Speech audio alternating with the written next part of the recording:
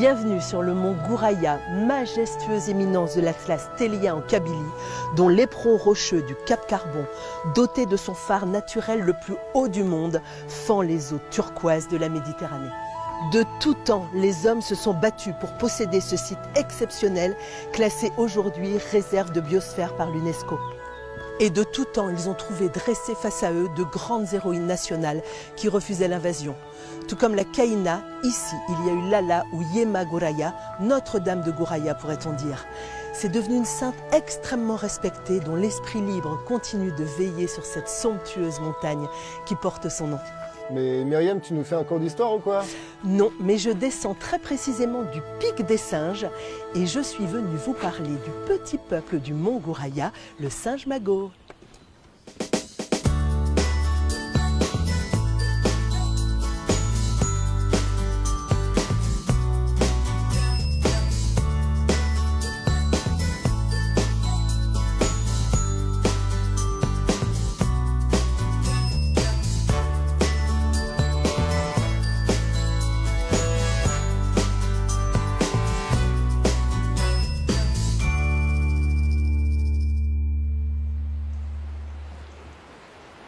Le mago, que l'on appelle également macaque berbère, est un singe tout à fait remarquable.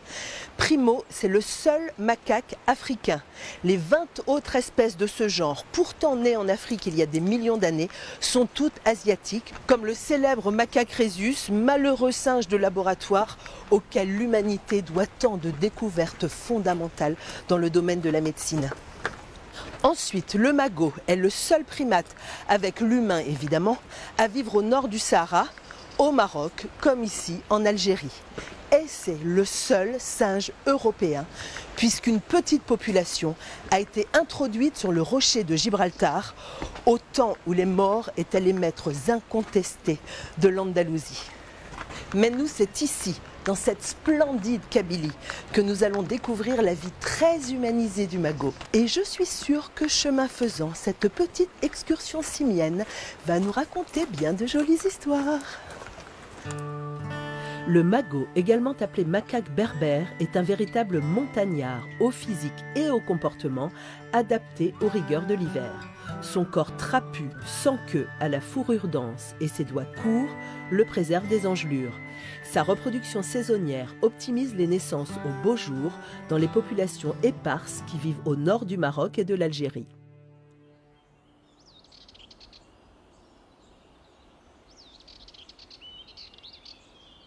C'est directement au bord de la route que nous faisons nos premières rencontres.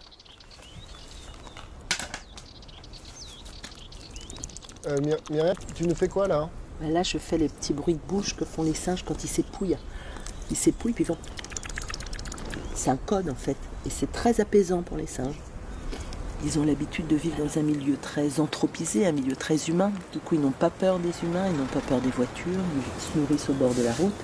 En même temps, ce sont des singes sauvages, donc c'est normal qu'on ne puisse pas les approcher. C'est eux qui nous donnent la distance en fait. Tu t'approches doucement et eux te disent « hop, là, t'es trop près ». Et tu vois, quand on respecte leur distance de sécurité, ils ont des comportements complètement naturels. Ils sont plutôt là très détendus, tu vois, elle est en train d'épouiller la femelle. Et l'épouillage, c'est super important chez tous les singes, parce que les singes sont des animaux qui vivent en groupes sociaux, et c'est un comportement de cohésion du groupe. Ça veut dire qu'on appartient au même groupe. Alors c'est pas pour s'enlever les puces ou les poux, hein, c'est vraiment du toilettage, quoi. Ça veut dire qu'on est amis, qu'on est intime, qu'on fait partie du même groupe.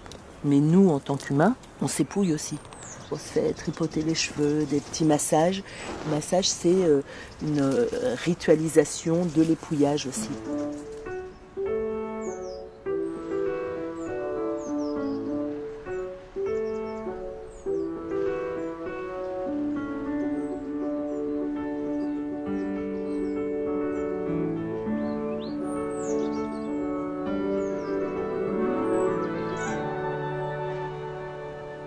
Bon, c'est bien d'être un bébé singe, hein. On a l'amour absolu de sa maman, on est protégé par tout le groupe. Bon, évidemment, la relation mère-jeune, elle est ultra fusionnelle, hein. Et les petits ont à peu près tous les droits.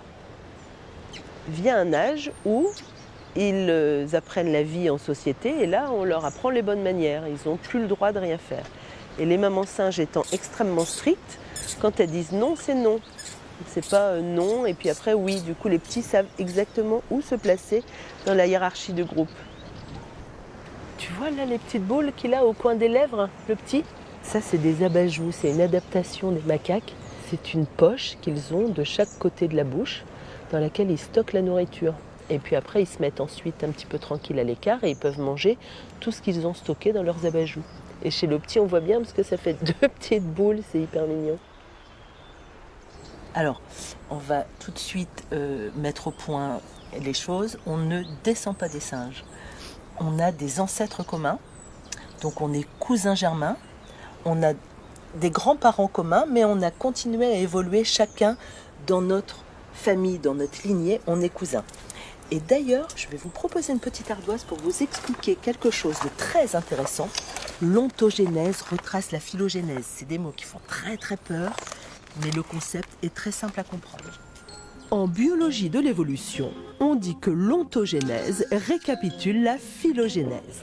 Globalement, le développement de chaque être, son ontogénèse, rappelle l'histoire évolutive de son espèce, donc sa phylogénèse. Par exemple, le développement de chaque être humain retrace toutes les étapes qui ont conduit à l'émergence de l'espèce humaine actuelle. Nous sommes d'abord unicellulaires, puis une masse pluricellulaire indifférenciée qui s'organise peu à peu en différents organes. Le jeune embryon formé présente des fentes branchiales éphémères qui rappellent les débuts aquatiques de la vie et une queue qui elle aussi disparaît. Enfin, les prématurés ont des pieds préhensiles, comme ceux de nos cousins simiens. Et tous les bébés marchent à 4 pattes avant d'acquérir la bipédie, puis longtemps plus tard, la parole. Et chacun sait que les petits-enfants se comportent comme les petits singes.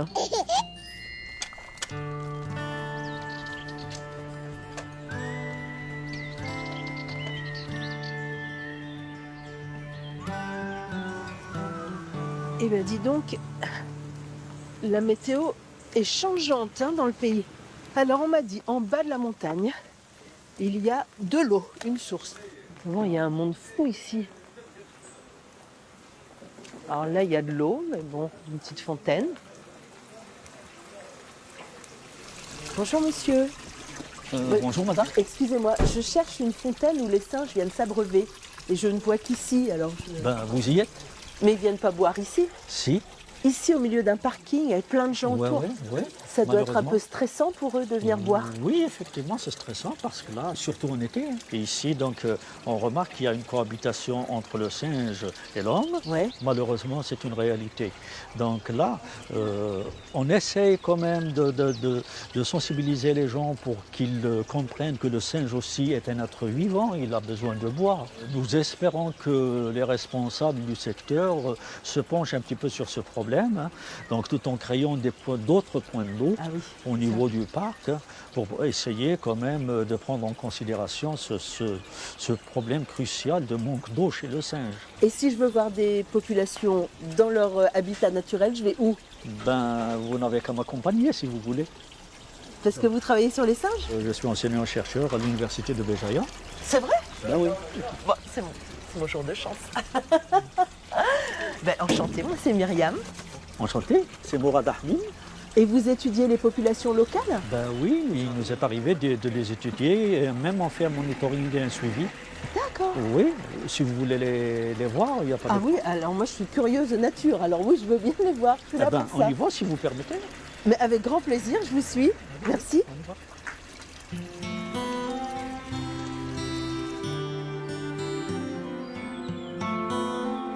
En guise d'habitat naturel, c'est étrangement en direction de la ville que me conduit d'abord le professeur Ahmed. Là, on arrive vraiment en ville, hein. Plein de voitures, plein d'immeubles. Oh, regarde! Ah, mais il y a des singes sur le toit de la maison. Ah oui, effectivement. Ah, mais il y en a sur les grilles, il y en a partout. Mais là, on est carrément en ville, hein. Il y a des voitures. Oui, c'est un milieu anthropisé, hein. Donc là, effectivement, les singes peuvent descendre en ville.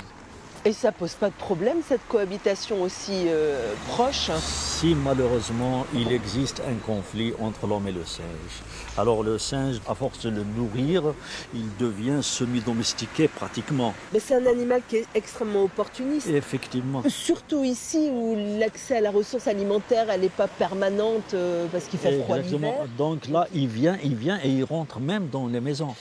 Ah là, ça doit poser quelques problèmes quand même. Hein. Ça pose des problèmes, effectivement. Même l'homme est obligé de se défendre quelque part. Là, donc, soit il les tue, soit il les empoisonne. C'est une vraie gestion, hein, les animaux proches des hommes. Donc c'est pour ça qu'il est de notre devoir de nous pencher sur cet état de fait et puis essayer de voir quelles sont les solutions pacifiques à trouver pour la gestion de ce grand conflit. Hein. C'est un grand conflit. Bien sûr. Et si on essayait de les voir dans un milieu un peu plus naturel, parce que là, il y a beaucoup de voitures, je trouve. Oui, on y va, avec plaisir. Après cette brève incursion citadine, retour vers la corniche où nous sommes sûrs de voir des magots.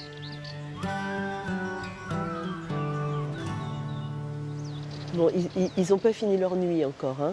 Oh oui, le vieux, il dort sur l'arbre. D'ailleurs, il faut bien qu'on ait conscience à quel point c'est rarissime et c'est un privilège en quelque sorte de pouvoir être aussi près de singes néanmoins sauvages, parce que je vais vous montrer la vraie distance de sécurité des magots. La distance de sécurité, c'est la distance à partir de laquelle les animaux ne se sentent plus en confiance. Ces images d'une population sauvage montrent la distance normale à laquelle on peut s'approcher avant qu'ils ne prennent la fuite. Alors évidemment, sur des vrais singes sauvages, on ne peut pas avoir l'opportunité d'observer une maman épouiller son bébé pendant que le petit bébé tète, parce que là, ça veut dire qu'ils sont quand même parfaitement calmes, on ne les dérange pas. Il y a une structure familiale particulière chez le magot, donc ils vivent en famille, dans laquelle il y a plusieurs femelles, plusieurs mâles. Les bébés, on ne sait pas à qui ils appartiennent, parce que les femelles, elles s'accouplent avec différents mâles. Et de ce fait-là, les mâles se sentent tous très concernés par l'éducation des jeunes. Et ça, c'est assez rare aussi chez les singes. On aurait des leçons à prendre d'ailleurs, parce qu'ils sont vraiment très tolérants les uns vis-à-vis des autres, très coopératifs, et toujours dans la protection des jeunes. Il y a toujours le mâle qui intervient quelque part. Même s'il n'a pas le petit dans les bras, c'est la maman qui l'a dans les bras, lui, il est juste à côté. Hein. Il surveille, après, dès qu'elle le lâche éventuellement, il le prend. Mais qui n'est pas forcément le père des jeunes, c'est un mâle du groupe, et les jeunes sont aussi utilisés comme passeport, comme visa, pour pouvoir apaiser les relations quelquefois un peu tendues entre les mâles, notamment au moment de l'accouplement. Ah oui. Ça, c'est un peu de la paternité à la scandinave, ça, du coup. Ouais, oui, mais eux, ils ne savent pas qui sont leurs bébés. Les femelles magots, au moment du rut, présentent un extrême gonflement de leur région anogénitale. On parle de peau sexuelle, drôlement confortable pour les bébés. Elles sollicitent l'accouplement de façon très explicite auprès de différents mâles qui disposent, mais jamais n'imposent. Le respect mutuel est de mise.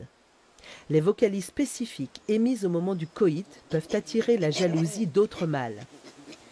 Mais les tensions sont vite apaisées par une petite monte rituelle, accompagnée des petits bruits de bouche réservés à l'intimité.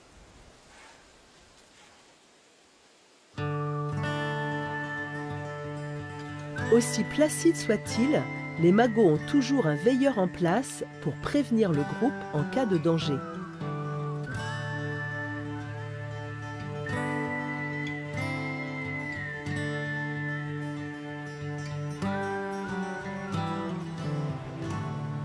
Il y a un monsieur, il est en train de les nourrir. Ah oui, le monsieur, il leur donne à manger et il leur donne à manger quelque chose de naturel aussi. Ah oui. Écoutez, c'est pas que je suis en train de les nourrir, mais c'est un petit complément alimentaire, c'est tout.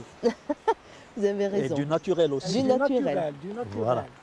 Et là, malheureusement, c'est pas tout le monde qui leur donne quelque chose de naturel. Ah oui. Il y a beaucoup de gens qui leur donnent des gaufrettes, des gâteaux, qui leur donnent du Coca-Cola. Oh non, il y en a même qui... Si, il y a encore pire, il y en a qui leur donnent de la bière. Et lui, c'est un singe, c'est un bouffe-tout, il mange tout. c'était devenu des singes mendiants en fait, du coup. Voilà. Ah Alors, ouais, c'est donc pas... avec tout ça, le singe, il tombe malade. Et du coup, ils ont plein de maladies de la civilisation, Oui, des humains, donc, quoi. voilà, on leur a donné nos maladies. Et les conséquences de tout ce qu'il y a à manger, de toutes ces saletés, Ouais. ils le payent au mois de décembre, au mois de janvier, quand il fait froid, ils perdent leur poil. Ah oui? Oui. Ah, et alors là, un singe qui perd ses poils en hiver, et- ici où il fait très froid, il est condamné en Il fait. est condamné. Et si un singe dans le groupe attrape une maladie, ils vont le mettre en quarantaine. Ils vont le chasser. C'est pour préserver le groupe. Exactement. C'est-à-dire que s'il est malade, il peut transmettre une maladie. Et un singe tout seul, c'est un singe qui est Un foutu. singe tout seul, il est... Il est condamné. Autre problème, généré par cette trop grande promiscuité entre l'homme et le singe, la capture des jeunes pour en faire des animaux de compagnie. Un singe capturé est un singe condamné. Effectivement. On ne peut pas le laisser chez soi à la maison parce que là, c'est un animal sauvage. Hein. Donc là, il chaparde, il casse des choses, il peut toucher au téléviseur, il peut ouvrir le réfrigérateur, il peut casser des choses et ainsi de suite. Donc l'homme qui l'a capturé doit le rejeter. Et là, le problème, c'est qu'en le rejetant, il est aussi rejeté par sa propre famille. Parce qu'il n'est plus considéré comme étant un singe, il est considéré comme un intrus. Donc il est rejeté par l'homme et en même temps il est rejeté par le singe. Maintenant, il se retrouve où? Et dans la majorité des cas, la seule solution, c'est de le mettre dans les eaux. Oui, alors autant le laisser vivre ici, c'est quand même, il est mieux ici. Hein. Et il faudrait que les gens comprennent ça. Ouais.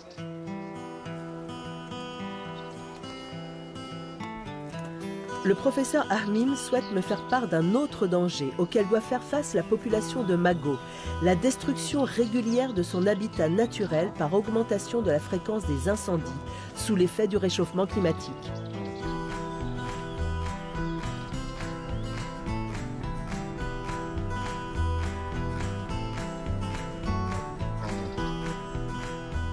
Ouais, ça va. Ouais.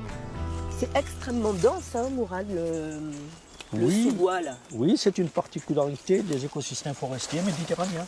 Ah, ouais. Ah, voilà, il y a de la myrte ici. Ah ouais. Voilà. Ça, ils mangent, ça, les singes. Ben oui, ils mangent ça. Donc ça c'est la myrte, Myrtus communis. Et puis donc c'est parmi les fruits qui sont vraiment consommés par les singes. C'est bon. Oui, c'est bon. Ah, voilà, ici aussi, nous avons de l'arbousier.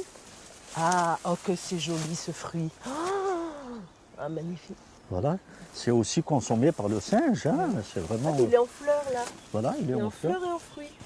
Bah, ici, il y a beaucoup à manger pour les singes, la Mourad. Il y a tout. Il y a de l'arbouse, il y a des myrtes et du chêne-liège. Ils adorent les glands de chêne-liège. Ben voilà, ils sont là. Alors ça donne des très gros glands. Et ça, c'est très nourrissant pour les singes. Hein? Exactement. Donc là, le chêne-liège, malheureusement, a été brûlé. Vous voyez ici cet arbre. Tout est brûlé, ouais. Et D'ailleurs, tout ça a c'est que été de la brûlé, suie. oui, donc c'est de la suie. Et donc il a été léché par les flammes des incendies.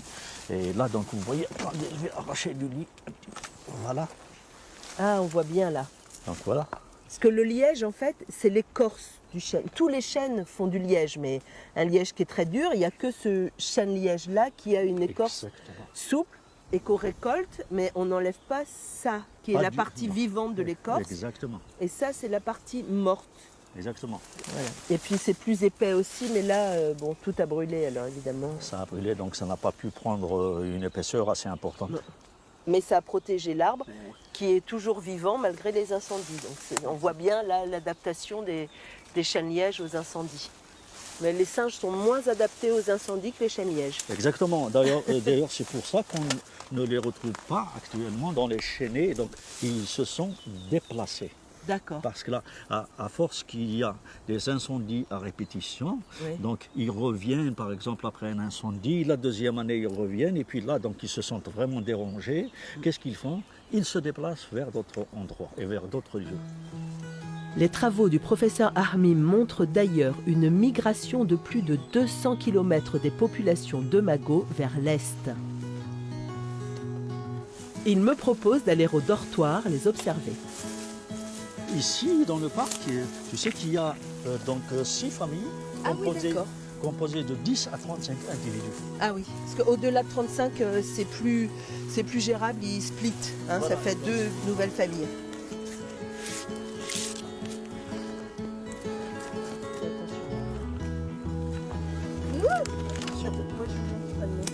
Ouais, attendez, je suis avec la caméra. Ah là. non, non, non, tu descends pas. Tu peux tomber.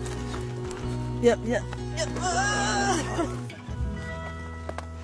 Ah, voilà, il y en a un sur l'arbre là, tout en haut, tout à fait en haut. Oui, ah, il est tout en haut. Ils dorment pas plus protégés que ça. Pas plus, hein. Ben, s'ils sont protégés par le houppier de l'arbre ou bien par le feuillage de l'arbre. D'ailleurs, puisqu'on a un singe dans un milieu beaucoup plus naturel, il faut juste rappeler qu'ils jouent un rôle écologique aussi, les singes. Et le fait de les nourrir les perturbe au point qu'ils ne jouent plus ce rôle écologique. Et là, notamment dans les pins, ben, ils mangent les chenilles processionnaires du pin. Et ça, c'est incroyable parce qu'elles sont très urticantes, mais eux sont capables de les manger. Et c'est un rôle écologique important, ça qu'ils jouent. C'est normal parce qu'ils nous débarrassent donc d'un parasite du pain. Ben oui, il faut les laisser sauvages dans la nature. Voilà. Ah, voilà, on est arrivé au dortoir. Et là, donc, si on s'asseyait sur ce rocher-là, on va attendre un petit peu et ils vont bientôt arriver. D'accord, ça me va. Et du coup, on va pouvoir... parce que j'ai quand même une petite question encore. C'est qu'on a parlé de famille, mais on a parlé de population, parce que les populations s'étalent du Maroc jusqu'à l'est de l'Algérie. Ouais. Mais est-ce qu'il y a des corridors écologiques pour que ces populations puissent échanger les individus, pour pas qu'il y ait justement de dérive génétique ou de choses comme ça? Vous savez, je vous répondrai que il y a réellement des espèces cryptiques, c'est-à-dire que ce sont les mêmes espèces phénotypiquement, Oui. mais génotypiquement, ce ne sont pas les mêmes. Elles ne sont pas reproductibles. Et là, mais entre les magots? entre les magots. Ah oui? Oui, ça a été signalé au Maroc. Ah oui? Voilà. Alors là, Et- je crois que ça nécessite peut-être une petite explication. Oui, Parce c'est que tellement génotype, difficile. phénotype. On va faire appel à notre experte. Une espèce est un ensemble d'individus capables de se reproduire entre eux. En général, chez les animaux sauvages, tous les individus d'une même espèce ont la même apparence, on dit qu'ils ont le même phénotype. Mais quelquefois, on croit observer une seule espèce là où il y en a deux, car les individus ont la même apparence, donc leurs phénotypes sont semblables, alors que leurs génomes, donc leurs génotypes, sont différents. Ces individus qui se ressemblent sont donc incapables de se reproduire entre eux, car ils sont d'espèces différentes, on parle alors d'espèces cryptiques. Je récapitule. Des génotypes semblables peuvent donner une grande variation de phénotype, c'est le cas des innombrables races de l'espèce unique du chien, mais quelquefois des génotypes différents peuvent donner des phénotypes semblables, comme chez les magots des différentes régions de l'Atlas. On parle alors d'espèces cryptiques. C'est quand même simple la biologie évolutive, non? Regarde. Ah oui. Ah, super. Il y a des singes, ils arrivent.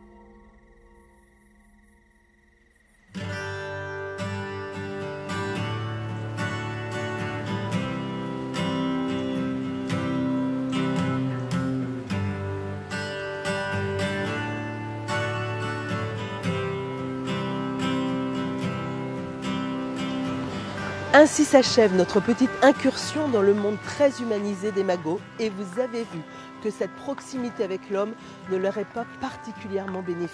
L'alimentation déséquilibrée génère des maladies.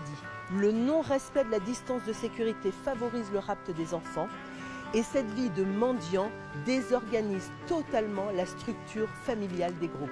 Mais cela nous a permis de les observer de près, de vraiment très très près. Et ça, c'est un réel privilège. Il y a évidemment encore beaucoup à dire sur les magots et sur cette splendide montagne qui épouse la mer, mais vous l'avez compris, ce sera pour d'autres bien jolies histoires. Quant à moi, je vais aller embrasser cette belle bleue qui m'appelle de tous ses flots.